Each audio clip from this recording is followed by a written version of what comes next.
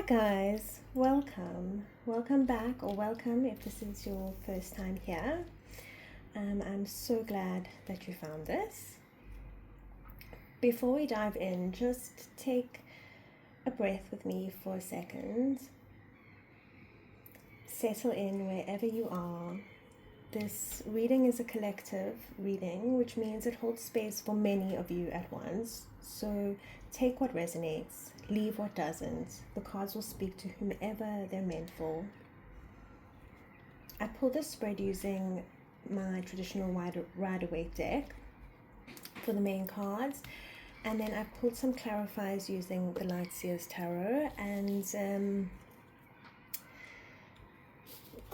I'll turn those over now. So before I even took a look at the cards, the numbers really popped out for me. We have 2 5s, 2 2s, and 2 6s. I will come back to that, but let's meet the cards first. So before we get into the main reading of the cards, I just wanted to pull back the curtain and show you the foundation card, the card that was sitting at the bottom of my Clarified deck, the 5 of Wands. And this is grounding the whole reading. It's kind of like the grounds the whole reading is standing on. Excuse me, I'm having my morning coffee with you guys. The 5 of Wands is conflict, it's noise, it's, you know, these 5 people like fighting and climbing and, you know, kind of in different directions. Nobody's actually listening to anyone else. But what I want you to hear here, it's not war. You know, they're not fighting with each other. It's not destructive. It's there's something being built here almost. It's like almost the chaos of transition. Things kind of are disorderly, but it's kind of the chaos that precedes change, you know, right before like a new order emerges. So collectively, many of you are in the thick of something messy. There's friction, there's maybe internal friction, maybe external friction, maybe both. You might be feeling like nothing is settled, like you can't get a clear signal through, and yeah, it kind of feels like static. And that's the field we're reading in today. So hold that.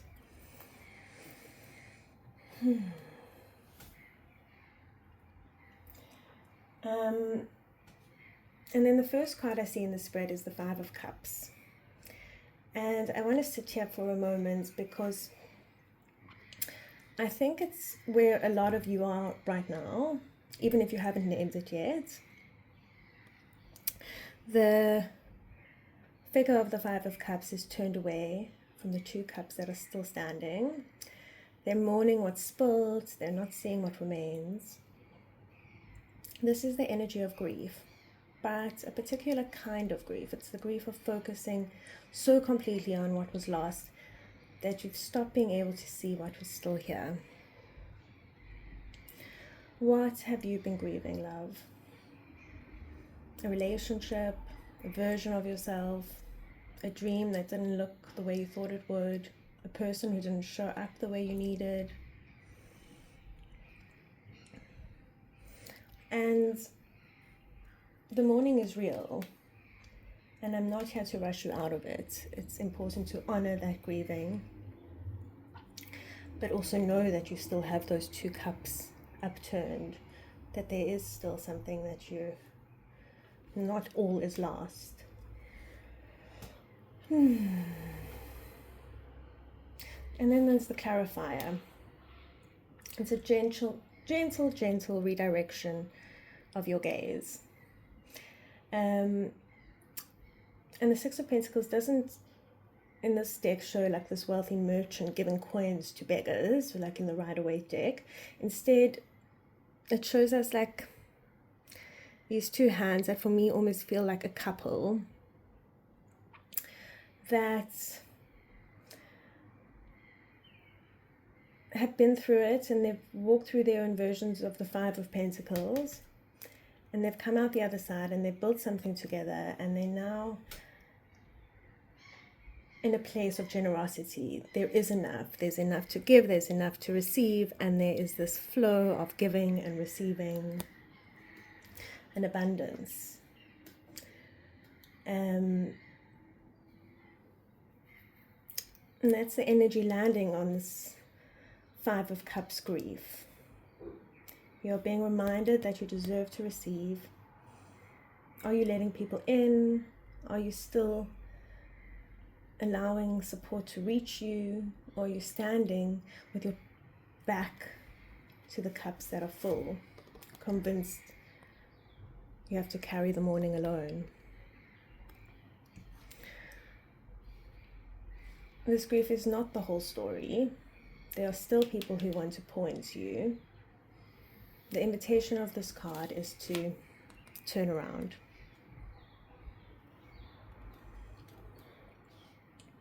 Ask yourself, where am I refusing to receive? Where am I holding on to loss so tightly that I can't see what still stands?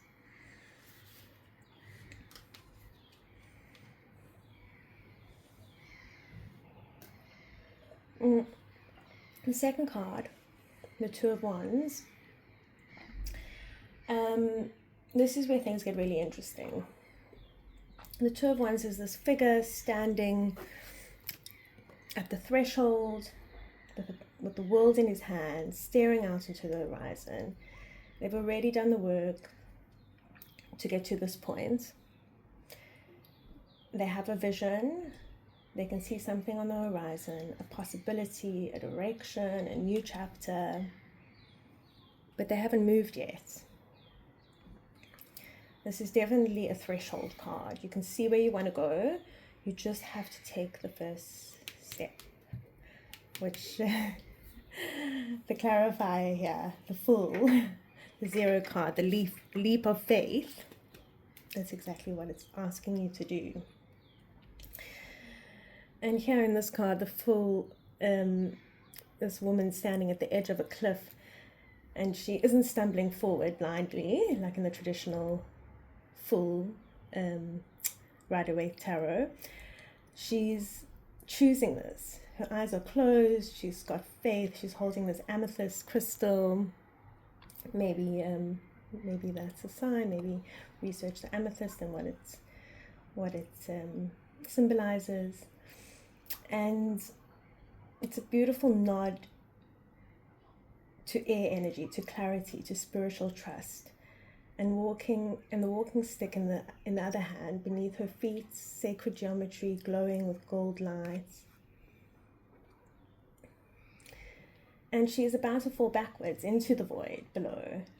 Not because she doesn't know the edge is there, but because she trusts completely in what's waiting to catch her. Sorry, my lighting's a bit strange.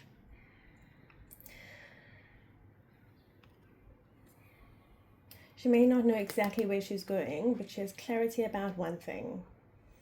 She will need to jump in order to begin. The Two of Wands and the Fool together are telling me that for many of you, the new chapter is right here.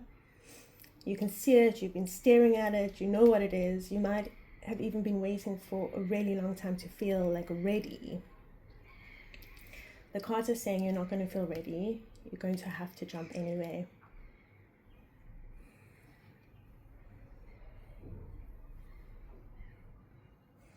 And this isn't reckless. It's trust. Trust in yourself, trust in the divine. There's a difference. So what steps have you been postponing because you're waiting for certainty that was never going to come? And then the third card, the Two of Swords reversed. And I find this very interesting because yesterday we had, yesterday's reading, we had also the blindfold, you know, the reversed, the blindfold coming off. So upright, this blindfolded figure is, with this crossed swords, is the stalemate, the deliberate not choosing, the protection through avoidance. And reversed, the blockages are starting to crack. The blindfold is slipping. The swords are off balance. The avoidance strategy is no longer working the way it used to. This means a decision has been postponed and it's demanding to be made. The swords, the mind, information you've been avoiding is coming to the surface. A situation that you might have thought you could keep holding in a pattern, you can't anymore. And the clarifier for this, the lovers reversed. You know, in this image, there's two souls facing each other, both with their eyes closed, foreheads almost touching. One person has their hand on the other's hair and like holding on. It's deeply connected. It's devotional. There's no third party here, no angel above making a choice for them. It's just two people fully present with each other.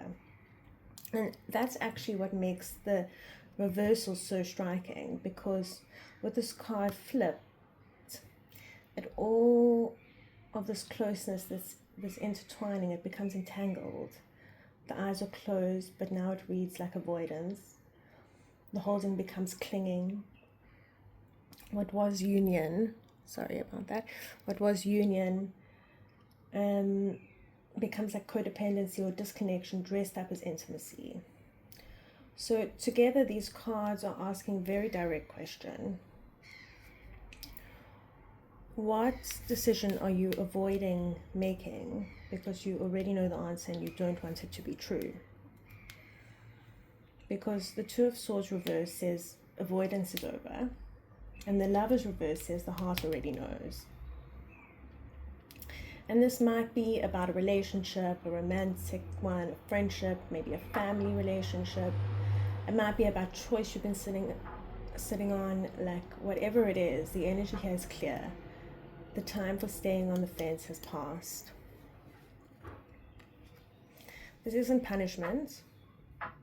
This is liberation. The clarity you've been afraid of is the clarity that's going to set you free. Then the Knight of Wands reversed was at the bottom of the deck, of the Rider-Waite deck. And this card represents a person or an energy. Like upright, the Knight of Wands is passion, momentum, fearlessness, creative fire. And reversed, that energy becomes impulsive, becomes scattered. It's someone who's burnt hot and then burnt out, or burnt you maybe.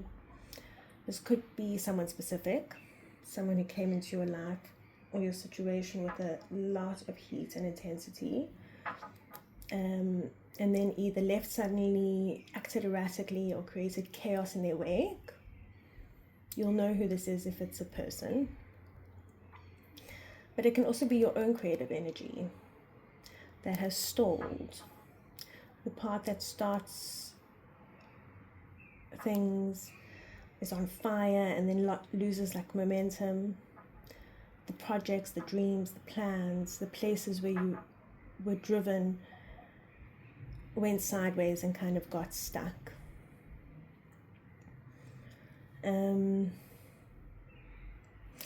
But then what's beautiful is the clarifier here, the Eight of Wands. And we had the Eight of Wands reversed yesterday, so maybe check that reading out. But the Eight of Wands is interesting because it's 8 wands streaking through the sky in rapid parallel motion, aimed and moving fast. The way you feel like you're watching these ones streaks past you below, like you're lying on the ground and like looking up as they fly like overhead. It gives you the card, it gives you the feeling, the card gives you the feeling of like overwhelming sense of velocity, of things already in motion, of energy that has already been released and cannot be called back. It's going. It's in motion. And the Ace of Wands speaks of a kind of wildfire type speed, inspirational, fiery, positive, and now. So whatever the Knight of Wands reverse took from you, the fire, the momentum, the confidence, the creative spark, the Eight of Wands is saying it's coming back and fast. This card is a card of answered messages, of doors opening, or of ideas finally gaining traction, of things you launched in the void suddenly hitting the mark. So the impulsive, chaotic, reversed energy is clearing. What's coming is focused, aligned, and fast. And then I want to just speak of the number pattern, because it literally stopped me when I was laying down the cards. So we have the 2 5s, and the 5 of Cups and the 5 of Wands in Tarot. 5s are the numbers of disruption, of the comfortable structures being broken open, of the crisis that precedes transformation. 2 5s in a spread tells me the collective is in significant moments of upheaval, and that upheaval is purposeful even when it's painful. And then there's the 2 2s, the 2 of Wands and the 2 of Swords reversed. And the 2 speak of duality, 2 crossroads, to the energy of being caught between 2 things, the tension between vision and fear, between knowing and avoiding, between staying and leaping. The 6s, so we've got the 6 of Pentacles and the Lovers, which is number 6. And this one I want you to feel for a second, because the 6s in the spread are not obvious at first glance. And the first 6 is an obvious 6. And that clarifier of generosity and receiving, the energy of flow. The second 6 is the Lovers, and the Lovers reverse, and because this is a major arcana, so we have a minor arcana 6 and a major arcana 6 sitting in the same spread. In numerology, 6 is the number of harmony, of love, of reciprocity, of choices made from the heart. 2 6s together are asking, what is the heart in all of this? Not the mind, not the fear, the heart. The 6 of Pentacles says the heart knows how to receive. The Lovers reverse is the heart is currently split. The question the double 6 is posing, can you bring those 2 things back into alignment? Can you receive love and also choose love for yourself, and at the same time